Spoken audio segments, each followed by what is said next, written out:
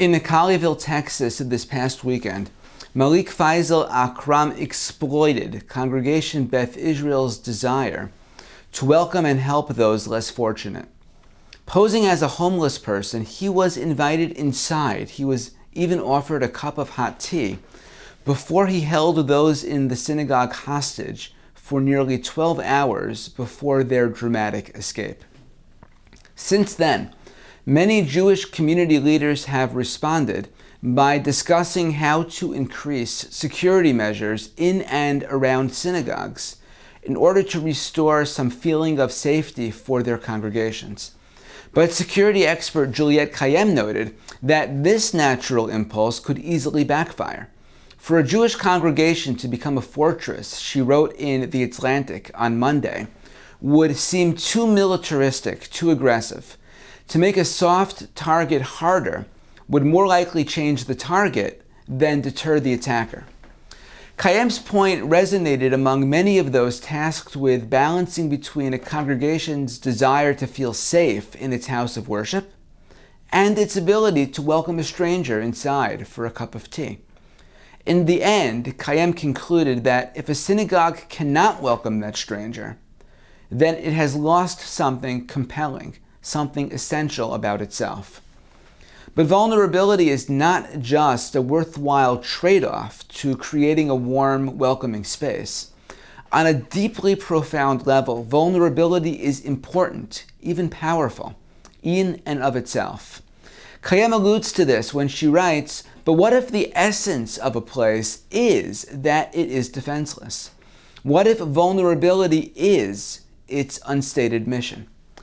The power of vulnerability works in two ways, each reinforcing the other. First, Dr. Brene Brown's finding that a common trait among people who have a strong sense of love and belonging is their willingness to bring all of themselves, without hiding any perceived imperfections or failings, into their relationships, into their communities. In other words, the ability to connect with others is directly linked with the courage to be vulnerable. Dr. Brown's TED Talk has been viewed over 56 million times. Second is prayer itself. The religious act of turning to God is first and foremost about recognizing our essential vulnerability in this world. It's also about stepping away from defenses or deflections we put up around ourselves emotionally or spiritually. The Hebrew word lehitpalel, which means to pray, literally means to self-judge.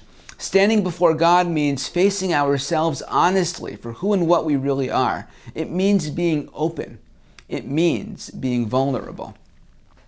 This week's Torah portion, Parashat Yitro, describes the Israelites arriving at Mount Sinai to receive the Ten Commandments. The rabbis of the Midrash explain that this happened in the wilderness to illustrate how the teachings of the Torah are there for anyone who desires them, just as the wilderness itself is ownerless, accessible to anyone who wishes to travel through it. But the openness of the wilderness also meant vulnerability. As the Israelites camped around Mount Sinai, they were exposed on all sides to attack, just as the Amalekites had ambushed them at the very end of last week's Torah portion. Perhaps the Israelites, at this point a ragtag collection of freed slaves, were able to refashion themselves into a nation in covenant with God, not despite their vulnerability in the wilderness, but because of it. Reinforced windows, security cameras, armed guards, all of these may provide increased measures of physical security. But as hard as it might be to imagine after last weekend, sometimes a synagogue can be too safe. In fact, just that mindset of trying to eliminate every weakness to fill every gap, be 100% insulated and 100% protected, that mindset can be spiritually corrosive. Because communities are built and relationships are formed out of vulnerability. Spiritual growth happens from a place of vulnerability.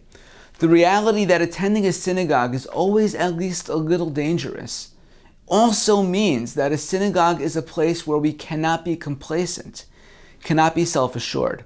Instead, it's a place where we come to learn to live with vulnerability, where we can openly and fully face ourselves, face each other, and find the presence of God. Shabbat Shalom.